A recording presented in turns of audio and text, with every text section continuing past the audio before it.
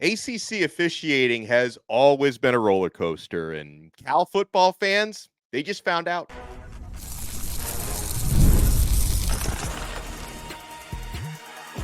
You are Locked On ACC, your daily podcast on the Atlantic Coast Conference. Part of the Locked On Podcast Network, your team every day. Shout out to the everydayers, and thank you so much for making Locked On ACC your first listen and your first watch today. We're available free wherever you get your podcasts. We're free on YouTube. We're part of the Locked On Podcast Network, your team every day. Today's episode is brought to you by FanDuel. Place your first $5 bet, and you'll get started with $200 in bonus bets guaranteed. Visit FanDuel.com to get started.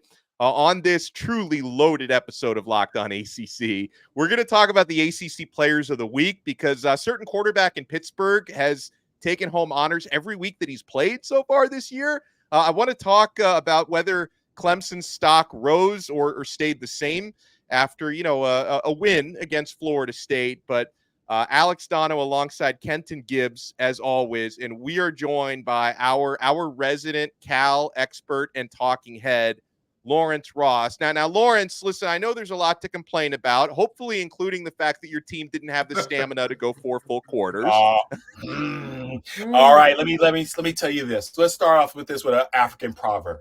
All right, they always say that the lion will not be able to write the history as long as the hunter has the gun. All right. And I say that because I have been listening for the last 24 hours of people saying, oh, but they shouldn't have gotten lost a 25-point lead. But let me tell you, friends, that if we had that targeting call actually done correctly, the actual headline would have been Cal shocks Miami, holds off a furious rally by Miami, but shocks them. That's the point. Now, my biggest thing, I swear to God, we are sitting up here and obviously Miami fans are happy, but I remember my last appearance here. I remembered all the commenters. I said, what was my score? 31-21. I didn't hear anything from Miami fans except for you, Dono. We were going back and forth, and I'll talk about that. I said 31-21, and we were up 35-10. Didn't hear a single thing from a single Miami fan. Didn't hear anything. And me and Donald were going back and forth, DMing, and I said, Cal has to finish the game. I said, I'm paranoid. Cal has to finish the game. Okay, great. I thought it was over. I'll admit, I thought it was over.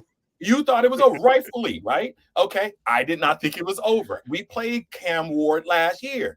We won on a last-minute Hail Mary interception. We know how good that young man is, okay? But here's my problem.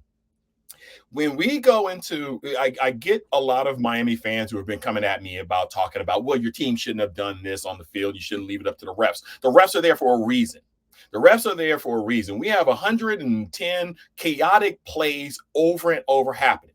And what we just basically ask for is for an even playing field for each one of those plays. Now, we have lines of demarcation when we talk about things that are serious and things that we know that sometimes will get missed. We know that within football, there's holding calls that you could find, right? So what do? We recognize as fans and as the sport, the most egregious ones, we're going to make sure to call. The ones that we miss, we know those are in the level of, hey, we miss those. But there are special calls that we know that we have reviews for because they are so important and we have defined them. With targeting, we've literally since 2008 have taught college football fans, football players, every part of what we're talking about, and even to the point of erring to the part of making sure, because it's so important that if it's even a hint of what is happening, we err, and that's in the rule, we err toward it being targeting. And now when we look at it as a fan, and when we talk about the determining factor, Miami wasn't going to get the ball back. This was a determining factor. They had 3 timeouts. Miami did have 3 timeouts left. If they had 3 timeouts, where did our kicker? And I'm gonna say we give up a 77-yard run, pass play after that. But where did our kicker kick it to? To the 5-yard line, right? If y'all would have had 3 timeouts, we would have drained some of the clock. We would have got it down, and you would have had less time. What I'm trying to say is, regardless of the fact, you've got to make that call. He has launching. He has all the attributes of just the generic targeting. It's just not even one of those things where we go, yeah, he hit him low right here with the shoulder, and then boom, that's how his head came into his thing. We've seen all those things. Those things have been called targeting. And for that to happen, the biggest thing for the ACC is that if you start to believe that the refereeing is not is geared towards someone else, right? And this conspiracy theory basically on like Miami, people don't like Miami. I'm not even saying all that, right? Miami got their share of penalties and things like that. But once you start having that happen on a regular basis, then what happens is that it erodes trust. Cal was in the Pac-12. We had some of the worst referees in the world. Look up Glasses ref. Okay, look up Glasses ref. They all have their name. Sonny Dykes ref. Look at those refs. We know bad refereeing, but this is egregious. When you had the time to actually look at it, study it, the outside the Miami sphere, 99% of college football fans would point and say that's targeting. And for not to be called is absolutely a shame, because what it did really, it tainted the game. It tainted it for Miami, because all Miami is going to do in terms of the fans are just going to try to gaslight us, right? They're just going to try to gaslight. We didn't do what we saw, and we're just going to go to move on, right? And for I watched the replay 1,000 times, and I saw a violent shoulder-to-shoulder hit that I do not believe meets all the criteria of targeting. Now, the problem is that we have seen hits like that get called targeting in the past. That's what I'm saying. That's what I'm saying. So that's my point. My point is those ones that we even were marginal were called targeting. We're not talking about where we say we've really had a line, we've really delineated between this one and that one. That's when we start to get pedantic, when we're really just trying to kind of like find our reason. That is targeting. And violent hits, I'm not worried about. And also, there's also a little curious thing. Hard hits are hard hits, but there's really kind of a characteristic that happens when you have a particular hit. For example, if you note in basketball, for example, a charge versus a block.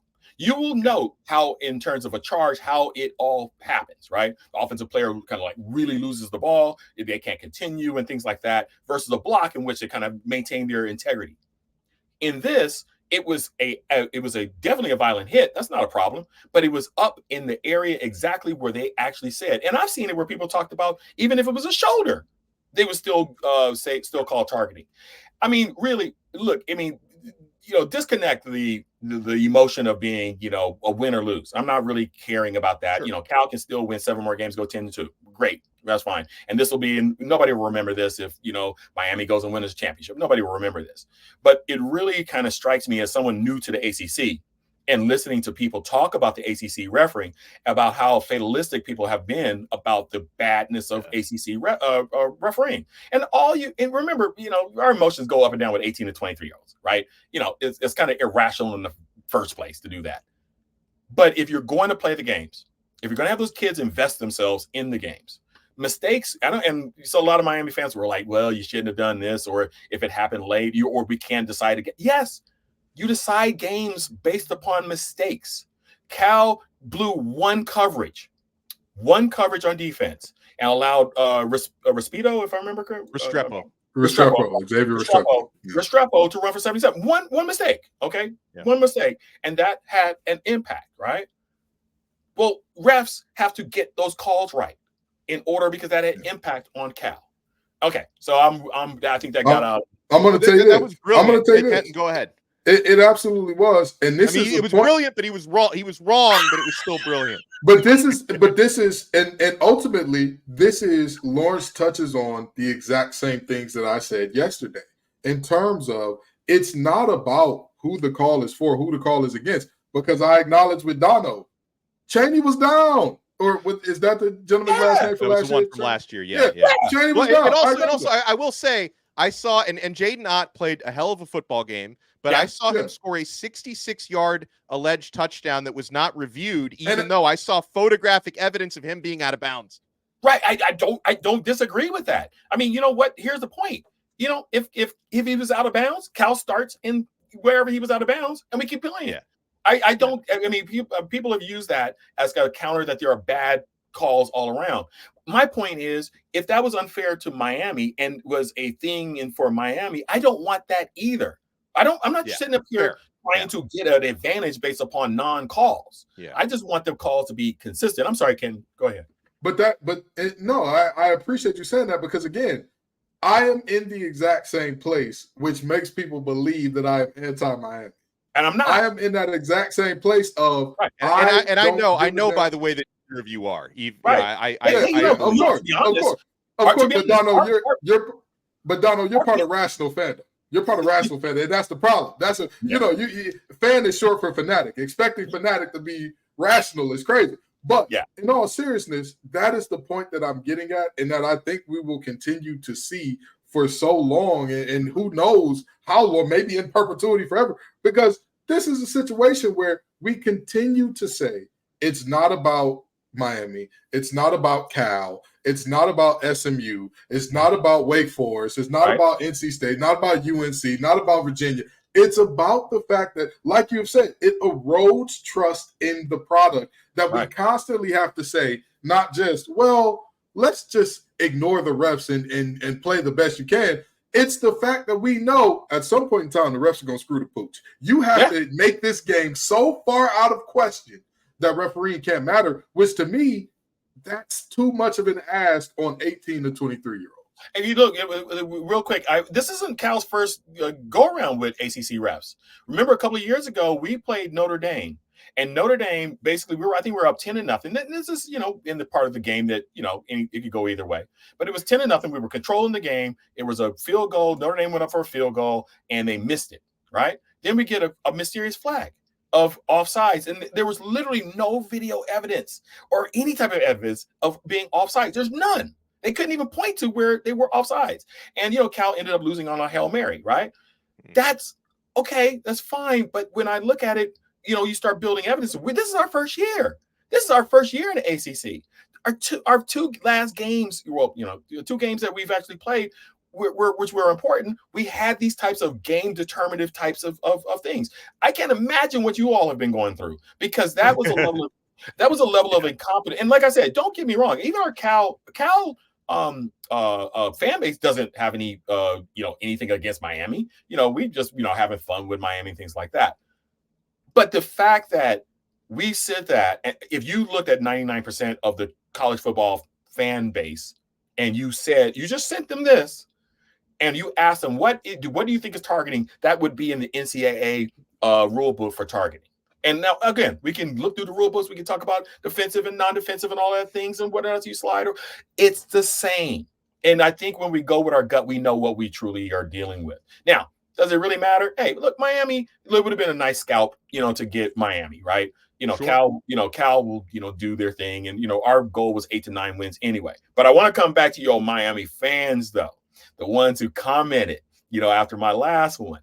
And they were all talking about there's going to be 63 to this and 70 to that. And they're going to beat by 20 and everything. And we, y'all won by 1.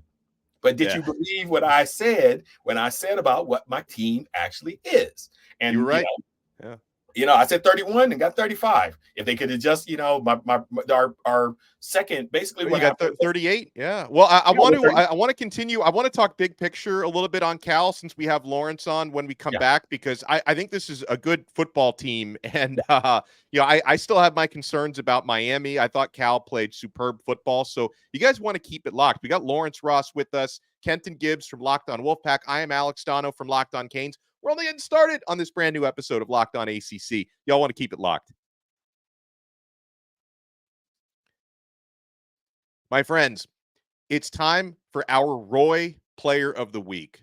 The Roy app lets you directly support your favorite athletes. Unlike collectives, where you make a donation to a general fund, Roy lets you choose the specific athlete you want to support.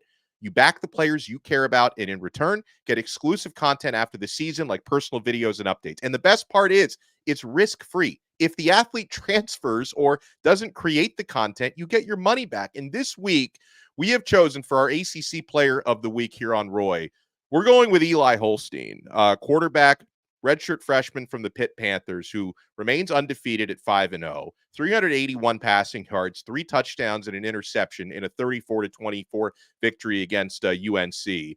Eli Holstein's having a great season, so we just contributed $100 to his campaign on Roy. We want you to join us by making a payment of as little as $10. When enough of us contribute, it's not just about the dollars, it's about the message we send to Eli Holstein together. Our collective support helps him connect to our fans. Plus, Roy is doing their part to bring fans closer to their schools and athletes with an exciting giveaway. Roy is giving one lucky fan 2 tickets to any game of their choice in November. Here's how to enter. Just download Roy in the App Store or Google Play. Use code LOCKEDON when signing up, and you're entered. If you're already on Roy, make a payment to any athlete's campaign, and you'll also be automatically entered. No purchase necessary, void where prohibited. Go to joinroy.com for official rules. Download Roy and try it out. There's no subscription, no recurring fees, and for as little as $10, you can get in the NIL game. Roy, support the players, change the game. Thank you so much for making this episode of Locked On ACC your first listen and your first watch. We're available free wherever you get your podcasts. We're free on YouTube. We're part of the Locked On Podcast Network, your team every day. So, Lawrence, obviously that was a very tough game for Cal, and I'm sure that there's going to be a lot of bulletin board material on Justin Wilcox's whiteboard heading into your next game. So what do you think the team can take from this? Because, again, watching this with orange and green glasses on, I admit Cal played a heck of a football game. Well, I think this is going to be a crucial game against Pitt because, we're going to have a game, a really good team that's really feeling themselves. I think they're up to like 22 in the rankings and things like that. And we're going that other trip out east. So this is going to be one of those weird kind of combination, kind of like what we're trying to do is break the trends what we had in the Pac-12, in which we would have a game against USC, Oregon, and then Washington and find ourselves with a 3-game losing streak. So I'm going to be very interested to see how we respond. I mean, our boys have a lot of character. I mean, we have a lot of character, but every team has character. But I think our boys have really a lot of character. And I think that they kind of understand the macro of not to just make one loss into 2 losses. And I think they also look from the standpoint that, they know what they can do. They know what they can do. And I think they just have to get it over the line. And here's my thing.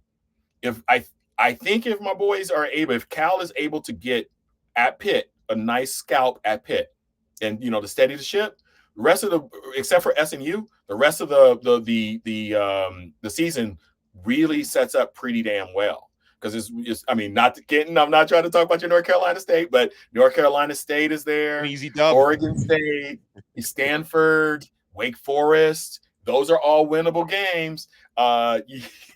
Although my trap game has always been Wake Forest, because I said those are the games that we typically lose. But I think Florida State kind of took that, the ones where it's the 0-something type of team. But I mean, our goal first year in the ACC had always been to win 8 games. 8 games, go to an interesting bowl, cool. And I think when we beat Auburn, that was our kind of like, oh, this could be much bigger. But remember, I only said that we would beat 1 out of the 3, between Auburn, Florida State, and Miami. And so we did. Okay, so now let's see whether or not we can get on a really good streak. The boys did that last year when they wanted to roll to a bowl. They won like 3 straight. Let's see if they can continue to do it. Burn in the boats, basically. Well, you got 2 out of your 3 against Miami and Auburn and Florida State. You got 2 of the 3. I mean, objectively speaking, you've outplayed expectations here. So let me ask you this. Yeah, says otherwise, but sure. What would you say is your level of confidence? Because we've seen this time and time again, not just from Cal, but from many teams in college football, where you start off well and then you go up against that world-beating team and you're right there on the precipice. One thing doesn't go your way, doesn't break your way, and then that one loss turns into 2, turns into 3. What is your confidence level that Cal can right the ship and say, you know what, to hell with it? That game, we lost it. It was taken from, however you look at it. The game happened. An L resulted. We move on. What is your confidence level that Cal doesn't go on a losing streak here? Very high, very high. The reason, there's a couple of reasons. There's some fundamental football reasons. Our DBs are basically a no-fly zone, when, they're not just on the field, forever. But, they basically are they're going to still get a lot of basically, shut down a lot of quarterbacks, if any marginal quarterbacks out there, not like a Cam Ward, they're going to be very strong there. And plus the leadership on the team, whether or not you're talking about Cade or whether or not you're talking about Fernando Mendoza, these are 2 leaders on the team who really are young leaders, but who understand what has happened in the past, and they are determined not to make that happen. And but for all of that, every team tries to do that. We have enough talent to make sure that it doesn't happen. So I'm thinking that if I was going to look, I'd say an A- about whether or not for the last 7 games, I would say last 7 games, I would expect us to win 5 of them, the last 7, which would make us 8 and, something, So, okay, if we really go on a flyer, maybe we win them all. And I think that carrot of the ACC championship is still out there. That's the thing. If Wilcox can really, emphasize, and that has always been the goal, to get to the ACC championship, I would love nothing better than for Cal and Miami to meet again. Because I swear to goodness, I think things would turn out a lot different. Because the one thing that Wilcox typically does, and this bites him every single time, is that they try to protect leads, and they don't protect those leads. He has a very bad fourth quarter. Play like you were playing before. I think there are a lot of. You're gonna make me throw my podcast equipment across the room, talk about protecting leads. Now, as an NC State guy, you're going to make me throw my podcast equipment across the room. You know what? I didn't even mean to interrupt you. I'm sorry, Lawrence. You gave me PTSD. No. You gave me a little bit of PTSD right there. No. It's one of those things where these guys are good. All right. And I mean, they're good. The only really weakness is our offensive line. All right. Okay. We get that. But even with we couldn't run against, Miami, right? Hey, Bain. I really thought, I thought he was the evil villain character, but he is no joke. Okay, that man is a frightening man to run after you. Okay, so with all that, how many times are we going to see that? We're not going to see that in our rest of our schedule. So if we can do that against pretty much the last two really good defensive lines, Florida State and for Miami, I think we're set up okay. And if we can give Jaden any room. You saw with the swing pass, how once he gets the ball, he's gone. We just haven't seen a hole for him. He just hasn't had a hole. And that's the Jet, you saw Javian Thomas do the exact same thing. They just don't have holes. And so, we can criticize, them, our rushing game, but it's just we're not getting holes. But hopefully we're not playing, Miami or Florida State style defensive lines from now. You guys know better than me. You can tell me whether or not there's some more lines that I should look out for. But yeah, I'm still believing in my boys. The only good defensive line that you have left has linebackers that are absolute dog water. The boys couldn't read a hole if you gave them a treasure map saying, be here on this point in time during the play and make the tackle. I'm not talking about anybody in particular right now who resides in Raleigh. Not talking about that linebacker core at all. But I do love me some Davin Vann and Brandon Cleveland. So they are a good defensive line. It's just when you don't have the linebackers to – never mind. We ain't going to go there. I'm not going to make this episode about me. I'm not going to make this episode about me. And that's what Jay Knott eats. So if you can't fill a hole, that's what he's going to go through, and you're never going to catch him. But we just haven't been bring big plates. Bring big plates and forks to Raleigh. That's all I'm going to say to you. But with that – With that in mind, before we get you out of here, I just have one last thing for you, because you've talked about if you take a flyer, you've talked about what you think is going to happen. Tell me, if you had to predict right now, right, the Martians got the death beam pointed at her, what does Cal finish the season with in terms of final record before bowl game? 9-3. 93. Okay. All right. 93. All right. So that means they only lose one more the rest of the way? I think SMU is our only really kind of, big game. Because they've had three quarterbacks, if I remember, until they get it right. But they have some scary receivers. They have, even for our guys, they have some scary, big, tall, fast receivers. SMU is really the only one I'm really kind of like nervous about. I think our reaction to Pitt is going to be, very, very good. I think these are guys who are like, this ain't gonna happen no more. This is not going to happen anymore. And I think this is a statement game for my guys. Now, of course, they may go out and they may lose, but then, they may roll SMU. But I think 93 is going to be our final for the year, and if they're 8-4, that's still a damn good first year in the ACC. I agree. Oh, by the way, I agree. By the way, I was just one before we break. One last thing. That whole experience, we had over like 300 recruits at the game. And it has absolutely blown away. Because remember, the ACC provides us with coverage that we never got in the Pac-12 network. I couldn't watch it myself, because I didn't have the cable. I had Hulu. This has been the greatest boon to Cal football, ACC, in a generation. And that was an amazing turnout at Cal Memorial. Like I was blown away watching that game. Well, and Lawrence, it's been awesome getting to know you this season. I'm sure it's not going to be the last time we talk to you, especially if Cal goes 9-3. We're going to have some big wins to talk about. Exactly. Exactly. And y'all have always been mad cool. And like I said, no disrespect to Miami fans or any other fans, but I did make note of all of y'all who thought you was going to blow us out. And I just want to see pictures of all y'all when it was 35-10. I bet you it was not the most happy moment in your lives. Good. That's what Lord knows how I was feeling at that moment, because I was chatting with him. It was tense times in the Dono household. I was very nervous. I'm gonna tell you so much, Lauren. Enjoy the rest of your week. I'm gonna tell you this much. I appreciate I'm gonna tell you this much. We appreciate you, Lawrence, and you know we're gonna have you back regardless. Regardless of big win, big loss, we gonna have you back, because I'll tell you, there has not been a better ambassador of any team. I haven't been as good of an ambassador for NC State. Donald ain't been as good of an ambassador for Miami as you have been for Cal this season. We look forward to having you again. You all are too kind, and you guys are a pleasure to come on. So anytime you want, you just holler at me. I appreciate y'all. I love it.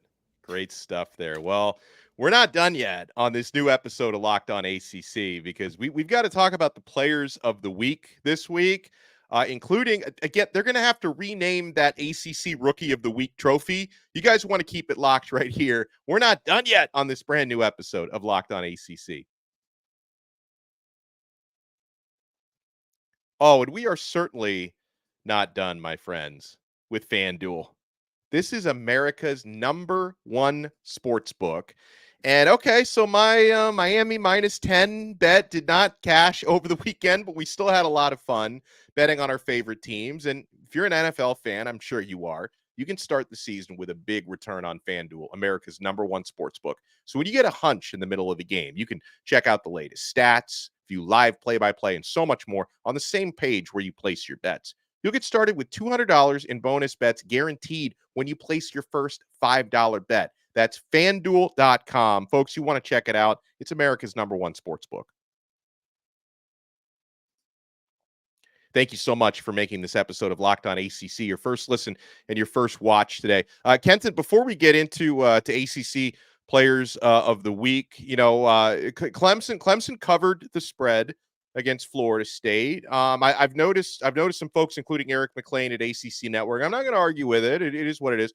He moved Clemson up a spot ahead of Miami on his ACC power rankings. And I honestly, I can understand Miami dropping a spot, because you talked about the certain linebacking core at a different team not being able to read a treasure map to tell them where to go. That's how I felt about Miami's defensive backs this past Saturday. So I can understand it. But do you think Clemson rising into #1 on some people's power rankings, is that more about Clemson or is it more about Miami?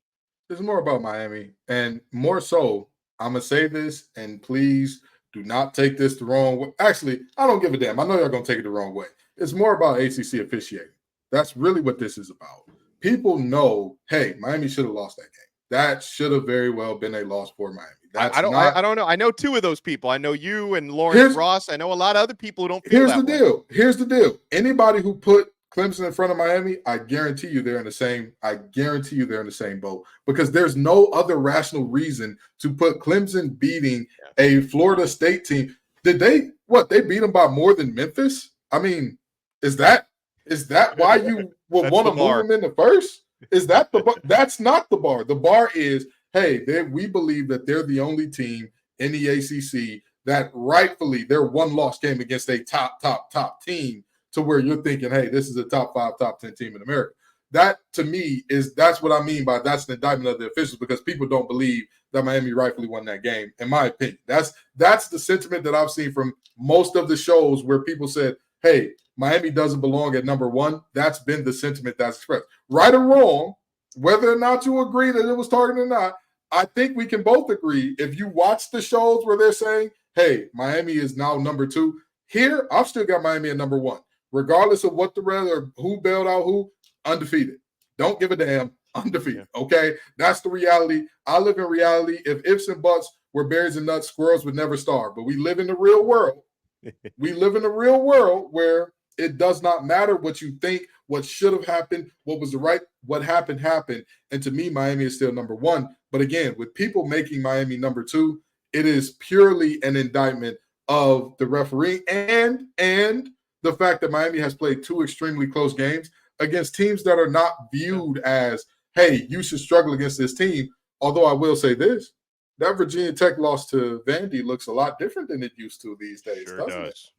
it? Yeah, and I will say, like, Miami needs to play better than they did their Yes. last two games if they expect to win the ACC. Like, you can't be erasing 25-point leads every week, and you can't be No. I mean, Miami gave up 4 passing plays of more than 50 yards against Cal. Now, Cal didn't suddenly become the 1999 St. Louis Rams. Like, it's a good team, but I mean, there's really no excuse for what Miami did. But so for ACC Players of the Week, the most decorated guys on the list, the most repeat winners.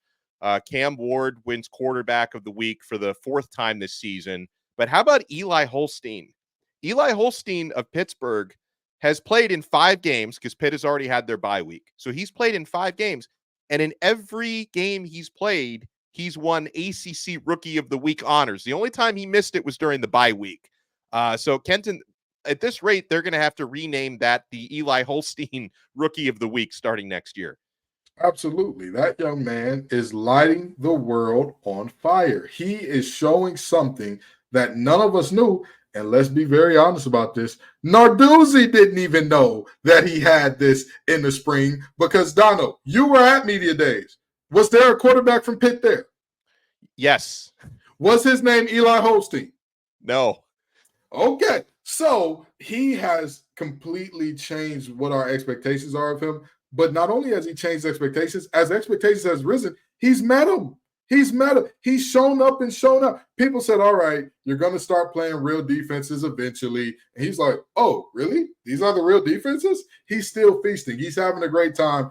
That team is looking really good. They're rolling right now. Of course, they've got problems just like anybody else. Of course, they've shown some moments where you're like, why do y'all struggle so much against the run in critical junctures? Like when you need to get off the field, get your tail off the field, get you a 3rd down stop. They've struggled with that, but that ain't got nothing to do with Eli. He has shown up and shown out every single time that he needs to do. By the way, Kenton, before we run, let people know about the new show that you're a part of on the Locked On Network, because you already do a fantastic job on this show. You do a fantastic job on Locked On Wolfpack, and you're now a part of the 3-Point Stance. Yeah, the three-point stance is the new show in college football. And it's going to be showing on the Locked On College Football channel every day at 2 p.m. Central Standard Time. You can see this beautiful face of mine. I know most of you think I'm a clown and a bozo and all the things, but don't worry. I'm going to have on my big red nose and my shoes tomorrow, letting everybody know exactly what's going on nationally in terms of college football. So stay tuned because, again, it's a great show. I've got Zach Blackerby on that thing. I got Jay Smith on that thing. And I'm telling you, we are coming at you with the facts every single day. And every topic that is big news in college football, we'll be bringing it to you. And I loved it. I watched the first episode on Monday. I thought you guys were all fantastic. And I love how you and I are both East Coast guys, and you're throwing out Central Time. You're letting Blackerby influence you with him being in the Central Time. Like you're letting because he always, whenever he's like, and Zach Blackerby, who hosts Locked On Auburn, he's also the college one of the college channel managers. And since he's in a loser time zone, because the Eastern is the real time zone, Kenton. We all know that. Well, every time we've got a meeting, he throws it out in Central Time, and I'm all confused. It's like throughout the Eastern Time. Listen. We got 3 p.m. Eastern Standard Time, 2 p.m. Central Standard Time, and we got noon in Pacific Standard Time. Let me tell you, it's Zach Blackerby, it's Jay Smith, who's out there on the West Coast, and it's our boy Lawrence, who's also on the West Coast. They got me all discombobulated and confused. All these different time zones rolling in front of my face. Well, why can't we just have one time zone? Why can't it just be dark over there at 1 p.m.? Okay, just flip your calendar. But it is what it is, folks. We all know there's only one time zone that matters, and it's Eastern Time. So we'll focus on that. Awesome job, as always, by Kenton Gibbs. Thank you so much, Lawrence Ross, who's out in the Pacific time zone, which is like the second coolest time zone behind East. I like the Pacific, honestly. I like it a lot. It's a really good time. Actually, I wouldn't mind being on that time zone because, like, the late, like, I wouldn't have had to stay up till 4 a.m. doing Hurricanes post game. I would have only been up till 1 in the morning. That would have been better. I ain't mad at you. We'll talk to you guys again next time on another episode of Locked On ACC. We're part of the awesome Locked On Podcast Network, your team every day.